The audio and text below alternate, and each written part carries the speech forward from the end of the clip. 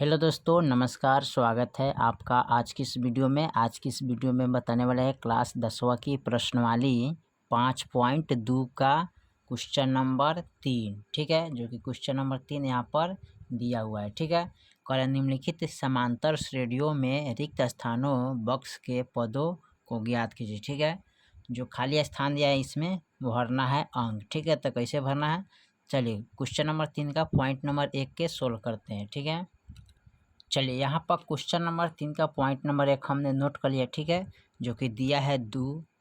ठीक है, खाली स्थान दिया है, उसके बाद 26 दिया है, तो इसको मान सकते हैं A1, ये हो जाएगा A2, ये हो जाएगा A3। ठीक है, ये हो जाएगा क्या A3।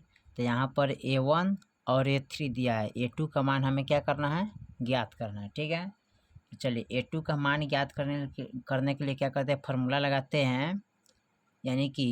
यानी यहाँ तीसरा पद में से दूसरा पद घटाते हैं ना, इस तरह लिखेंगे। ठीक है, तो यहाँ पर लिख सकते हैं A+2D। ठीक है, बराबर कितना है 26। अब इसको क्या करेंगे, यहाँ पर लिखेंगे A के मान कितना है 2, तो यहाँ पर 2 लिखेंगे प्लस। अब यहाँ पर देखिए 2D बराबर 26। अब यहाँ पर लिखेंगे 2D बराबर 26। ये प्लस में इधर उठा के लाएंगे तो माइनस में जाएगा। 2D बराबर घटाएंगे तो कितना आ जाएगा 24। ठीक है, इसलिए D बराबर 24/2 हो जाएगा। गुना में तो भागा में चल जाता है, तो कटाएंगे तो 12 दूना 24, यानी कि D के मान कितना आ जाएगा 12। ठीक है, उसके बाद कह रहा है अब निकालेंगे A2 का मान। ठीक है, जो खाली स्थान है बॉक्स है, तो A2 बराबर A+D होता है। तो A के मान कितना है 2 और D के मान कितना है 12। 12 2 कितना आता है 14। ठीक है, तो यहाँ पर 14 आ गया, तो यहाँ पर क्या भराएगा, इसमें 14 भराएगा। ठीक है, यही तो कह रहा है। चलिए उसके बाद देखते हैं क्वेश्चन नंबर 3 का पॉइंट नंबर दूसरा देखते हैं। दूसरा में क्या कह रहा है, चलिए इसका दूसरा पॉइंट दिया है, यानी कि खाली बॉक्स है 13 है, उसके बाद फिर खाली बॉक्स है 3 दिले। ठीक है, तो चलिए इसको नोट कर लेते हैं। चलिए यहाँ पर हमने पॉइंट नंबर दूसरा नोट कर लिया। ठीक है, लिखेंगे A2 बराबर 13। ठीक है, A2 बराबर कितना लिखेंगे 13। उसके बाद A4 बराबर, इसको मान देंगे A1, ये हो जाएगा A2, ये हो जाएगा A3 और ये हो जाएगा A4। ठीक है, तो यहाँ A2 बराबर 13 और A4 बराबर 3। ठीक है, इसको लिख सकते हैं इस तरह A+D बराबर 13। ठीक है, ये हो जाएगा समीकरण 1। इसको लिखेंगे A+3D बराबर 3, ये हो जाएगा समीकरण 2। ठीक है, अब इसको क्या करते हैं, माइनस प्लस में चेंज करेंगे। प्लस में तो माइनस में हो जाएगा, ए भी माइनस में हो जाएगा, ए भी माइनस में हो जाएगा, तो ए से ए कट गया।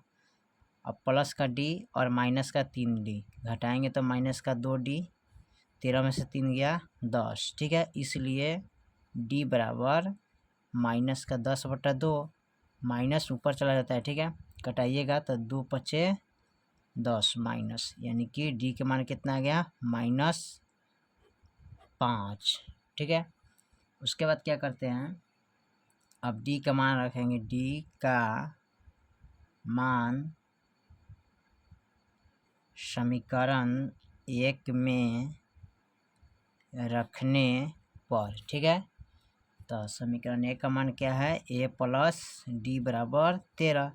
ए का मान कितना है, तो ए का मान यहाँ पर नहीं दिया ना, तो नहीं लिखेंगे। ठीक है, तो A+ लिखेंगे। डी का मान कितना दिया है, तो डी के मान यहाँ पर आया है -5। ठीक है, बराबर 13। अब इसको लिख सकते हैं A बराबर 13, माइनस में तो इधर आएगा तो प्लस में जाएगा, जोड़ेंगे तो कितना आ जाएगा, A बराबर 18। तो A का मान कितना आ गया 18, यानी कि प्रथम पद। अब निकालेंगे तीसरा पद। ठीक है, चौथा पद तीसरा पद भरे। ठीक है, तो तीसरा पद निकालेंगे तो A3 बराबर लिखेंगे A+2D। ठीक है, क्योंकि 18 आ गया ना प्रथम पद का, तो यहाँ पर हम इसमें लिख सकते हैं 18। ठीक है, अब पहला पद, दूसरा पद, तो तीसरा पद निकालेंगे। ठीक है, तो तीसरा पद का लिख दिए A3 बराबर A प्लस 2D। अब A का मान आ गया है 18 प्लस 2 गुने D का मान क्या है -5। अब 18 प्लस 5 दूना 10, माइनस प्लस माइनस घटाएंगे तो कितना आएगा 8। ठीक है, तो यहाँ पर हम कितना लिख सकते हैं 8। ठीक है, तो फाइनल आपका यही आंसर हो गया। ठीक है, चलिए तो क्वेश्चन नंबर 3 का पॉइंट 1 और 2 हमने कंप्लीट कर दिया। ठीक है, फिर मिलते हैं अगले वीडियो में, तब तक के लिए जय हिंद, जय भारत।